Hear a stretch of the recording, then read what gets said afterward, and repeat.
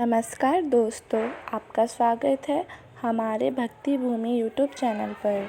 आइए यह यात्रा शुरू करते हैं और साथ में अपने आत्मिक विकास की ओर बढ़ते हैं। श्रीमद् भगवद गीता का पहला अध्याय अर्जुन विषाद योग। आइए शुरू करते हैं।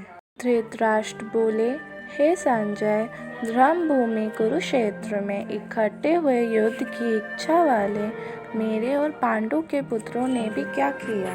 संजय बोले, उस समय व्रजव्यूह से खड़ी हुई पांडव सेना को देखकर और द्रोणाचार्य के पास जाकर राजा दुर्योधन यह वचन बोले, हे आचार्य, आपके बुद्धिमान शिष्य द्रुपद पुत्र धृष्टद्युम्न के द्वारा व्यूह रचना से खड़ी की हुई पांडवों की इस बड़ी भारी सेना को देखिए।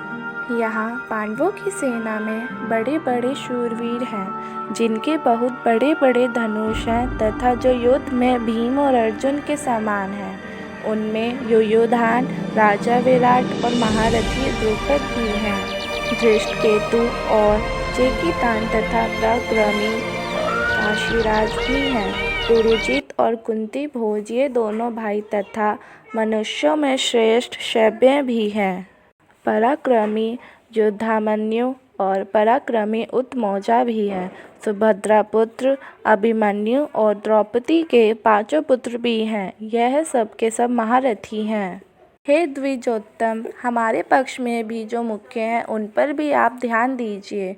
आपको याद दिलाने के लिए मेरी सेना जो नायक है, इनके अतिरिक्त बहुत से शूरवीर हैं जिन्होंने मेरे लिए अपने जीने की इच्छा का त्याग भी कर दिया है और जो अनेक प्रकार के अस्त्र शस्त्रों को चलाने वाले हैं तथा जो सबके सब युद्ध कला में अत्यंत चतुर हैं। द्रोणाचार्य को चुप देखकर दुर्योधन के मन में विचार उठा कि हमारे वह सेना पांडवों पर विजय करने में अपर्याप्त और असमर्थ है, क्योंकि उसके संरक्षक दुर्योधन अपनी सेना के महारथियों से बोले, आप सबके सब लोग सभी मोर्चे पर अपनी अपनी जगह दृढ़ता से स्थित रहते हुए निश्चित रूप से पितामह भीष्म की चारों ओर से रक्षा करें।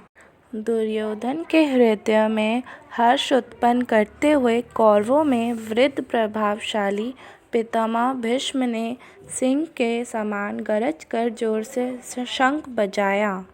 हे राजन, श्रेष्ठ धनुष वाले काशीराज और महारथी शिखंडी तथा धृष्टद्युम्न एवं राजा विराट और अजय सात्यकी, राजा द्रुपद और द्रौपदी के 5 पुत्र तथा लंबी लंबी भुजाओं वाले सुभद्रा पुत्र अभिमन्यु, इन सभी ने सब ओर से अलग अलग अपने अपने शंख बजाए और पांडव सेना के शंखों के उस भयंकर शब्द ने आकाश और पृथ्वी को भी गुंजाते हुए अन्यायपूर्वक राज्य हड़पने वाले दुर्योधन आदि के हृदय विदीर्ण कर दिए। हे महीपते धृतराष्ट्र, अब शस्त्र चलने की तैयारी हो ही रही थी कि उस समय अन्यायपूर्वक राज्य को धारण करने वाले राजाओं और उनके साथियों को व्यवस्थित रूप। अर्जुन बोले, हे अच्युत, दोनों सेनाओं के मध्य में मेरे रथ को आप तब तक खड़ा कीजिए जब तक मैं युद्ध क्षेत्र में खड़े हुए इन युद्ध की इच्छा वालों को देख न लूं।